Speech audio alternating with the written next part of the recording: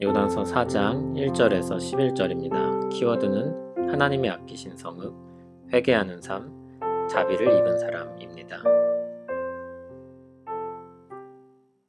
요나가 매우 싫어하고 성내며 여호와께 기도하여 이르되 여호와여, 내가 고국에 있을 때 이러하겠다고 말씀하지 아니하였나이까. 그러므로 내가 빨리 다시스로 도망하였사오니 주께서는 은혜로우시며 자비로우시며 노하기를 더디하시며 인애가 크시사 뜻을 돌이켜 재앙을 내리지 아니하시는 하나님이신 줄을 내가 알았음이니이다. 여호와여, 원하건대 이제 내 생명을 거두어 가소서. 사는 것보다 죽는 것이 내게 나음이니이다 하니 여호와께서 이르시되 내가 성내는 것이 옳으냐 하시니라. 요나가 성읍에서 나가서 그 성읍 동쪽에 앉아 거기서 자기를 위하여 초막을 짓고 그 성읍에 무슨 일이 일어나는가를 보려고 그 그늘 아래에 앉았더라. 하나님 여호와께서 박넝쿨을 예비하사 요나를 가리게 하셨으니 이는 그의 머리를 위하여 그늘이 지게 하며 그의 괴로움을 면하게 하려 하심이었더라. 요나가 박넝쿨로 말미암아 크게 기뻐하였더니 하나님이 벌레를 예비하사 이튿날 새벽에 그 박넝쿨을 갉아먹게 하심에 시드니라. 해가 뜰 때 하나님이 뜨거운 동풍을 예비하셨고 해는 요나의 머리에 쪼임에 요나가 혼미하여 스스로 죽기를 구하여 이르되 사는 것보다 죽는 것이 내게 나으니이다 하니라. 하나님이 요나에게 이르시되 내가 이 박넝쿨로 말미암아 성내는 것이 어찌 옳으냐 하시니 그가 대답하되 내가 성내어 죽기까지 할지라도 옳으니이다 하니라. 여호와께서 이르시되 내가 수고도 아니하였고 재배도 아니하였고 하룻밤에 났다가 하룻밤에 말라버린 이 박넝쿨을 아꼈거든. 하물며 이 큰 성읍 니느웨에는 좌우를 분별하지 못하는 자가 12만여 명이요 가축도 많이 있나니 내가 어찌 아끼지 아니하겠느냐 하시니라. 아멘. 요나 마지막 장입니다. 1절부터 굉장히 강력하고 짧은 문장으로 시작합니다. 요나가 매우 싫어하고 성내며, 원래 어순으로는 그가 싫어했다가 가장 앞에 나옵니다. 이 문장에서 요나라는 이름을 빼고는 모두 부정적인 생각과 감정을 표현하는 말입니다. 쉽게 말해 방송이었다면 모두 삐 처리되었을 말과 표현이 쏟아지는 겁니다. 요나는 솔직하다고 해야 될까요? 용감하다고 해야 할까요? 싫으면 도망가고 힘들면 기도하고 건진받을 때는 또 감사하다고 말합니다. 요나는 겉과 속이 같은 사람입니다. 사장의 상황에서는 분노한 자기 생각과 감정을 그대로 표출합니다. 기도했다고 하는데 기도했다고 쓸 수도 있고 판단하다 또는 탄원하다 라는 말로 바꿔 쓸 수도 있는 표현입니다. 하나님이 하신 자비로운 일을 판단하고 탄원합니다. 1절에 나온 말 중에 하나님을 크게 악하다고 판단했다는 의미가 들어 있습니다. 아주 강력한 요나의 말입니다. 그렇게까지 분노를 표출하는 이유가 있습니다. 요나는 이미 이렇게 될 것을 알았고 그래서 이미 하나님께 말씀드렸었다고 했습니다. 그리고 다시스로 도망갔었습니다. 뭘 알고 있었습니까? 2절 뒷부분입니다. 주께서는 은혜로우시며 자비로우시며 노하기를 더디하시며 인애가 크시사 뜻을 돌이켜 재앙을 내리지 아니하시는 하나님이신 줄을 내가 알았음이니이다. 요나가 하나님께 반항을 해서 이미지가 안 좋아서 그렇지 하나님에 대한 아주 정확한 지식을 가지고 있습니다. 이 내용은 출애굽기 34장 6절을 거의 그대로 가져온 것입니다. 하나님께서 모세에게 나타나실 때 자신을 계시하셨던 말씀입니다. 다만 그러한 하나님의 성품과 역사가 요나의 입장과 마음과 부딪히는 것입니다. 좀 더 요나의 입장에 서보시기 바랍니다. 선택받은 하나님 백성 이스라엘 사람이 이방 나라 니느웨를 위해서 일한다는 것이 어떻겠습니까? 히틀러 때 유대인이 독일 사람에게 복음을 전하는 것과 같습니다. 흑인 해방운동을 펼치는 흑인이 백인에게 가서 친절하게 대하는 것입니다. 그런 것입니다. 쉽지 않은 것입니다. 하나님의 정반대로 달려갈 정도로 목숨을 바다에 내던질 정도로 싫은 것입니다. 3절을 보면 이제 내 생명을 거두어 달라고 합니다. 자비를 입은 니느웨를 차마 더는 보고 싶지 않습니다. 동의할 수 없고 감정적으로 요동칠 수 있습니다. 그러나 그것이 옳은가는 또 다른 문제입니다. 하나님 편에 선과 의가 있습니다. 4절에서 하나님이 말씀하십니다. 네가 성내는 것이 옳으냐? 요나는 성읍에 나가서 그 성읍 동쪽에 앉아 초막을 하나 짓습니다. 그리고 그 성읍에 무슨 일이 일어나는가 보려고 그늘에 앉았다고 했습니다. 여기 동쪽이라고 했는데 이스라엘은 니느웨의 서쪽에 위치해 있습니다.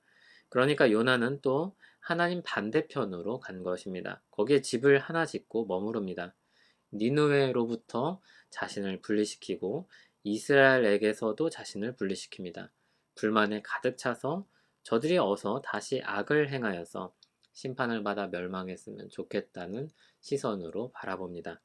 회개했다고 하는데 얼마나 가나 보자는 것입니다. 하나님은 요나를 교육하기 위해서 박넝쿨을 준비하십니다.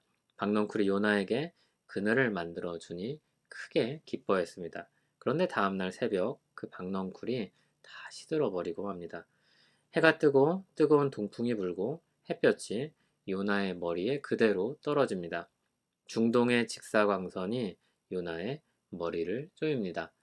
정신이 혼미해지고 다시 죽고 싶다고 말합니다. 9절에서 하나님은 다시 말씀하십니다.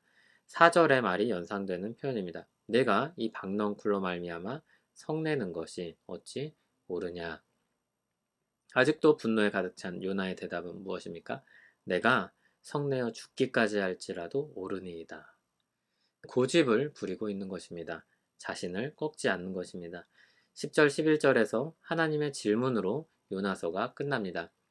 수고도 안 한 박넝쿨을 아꼈는데 큰 성읍 니느웨를 하나님이 아끼시는 것이 당연하다는 것입니다. 그 성의 사람들도 하나님이 만드신 피조물이며 보존하신 대상들입니다. 거기에는 수많은 가축들도 있었습니다. 내가 어찌 아끼지 아니하겠느냐. 이렇게 요나서는 끝납니다. 하나님이 던진 질문은 우리에게 동일하게 던져지고 있습니다. 하나님의 자비로우심이 요나에게는 분노가 되었습니다.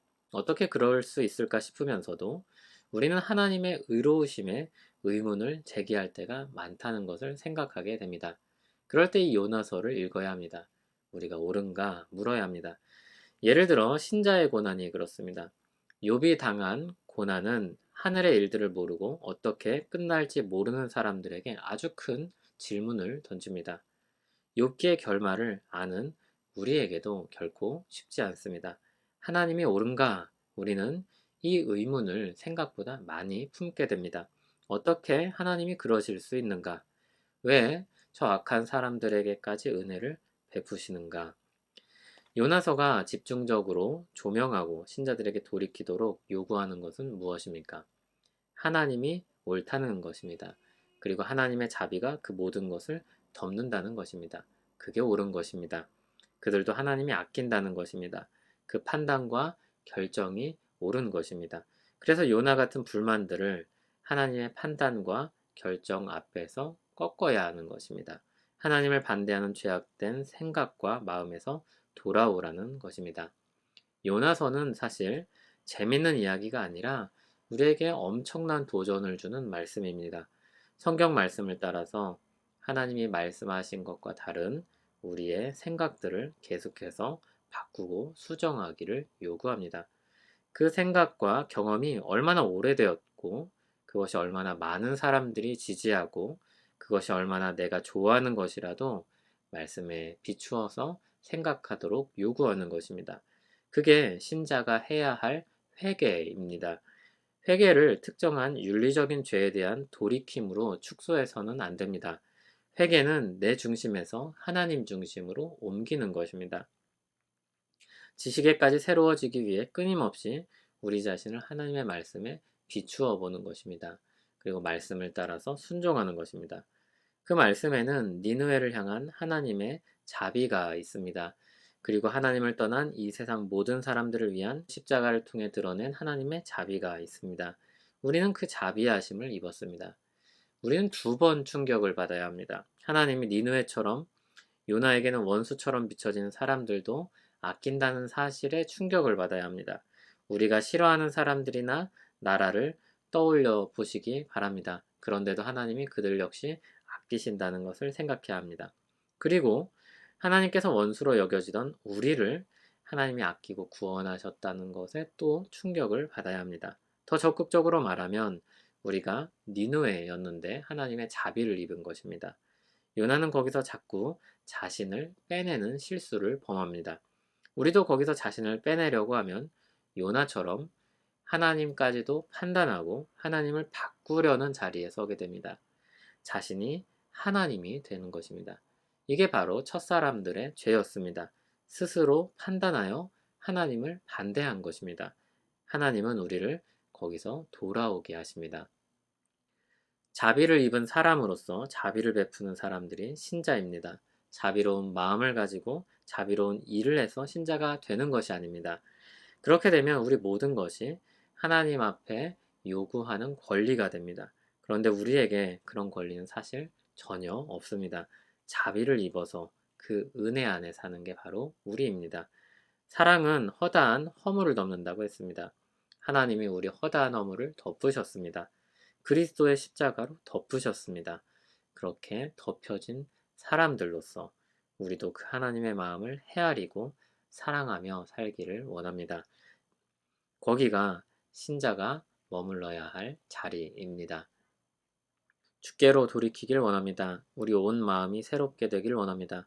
말로는 너무 쉽지만 실제로는 너무나도 어려운 일입니다. 우리 안에 내주하시는 성령님께서 우리를 이끌어 주시고 변화시켜 주시옵소서. 예수님 이름으로 기도합니다. 아멘.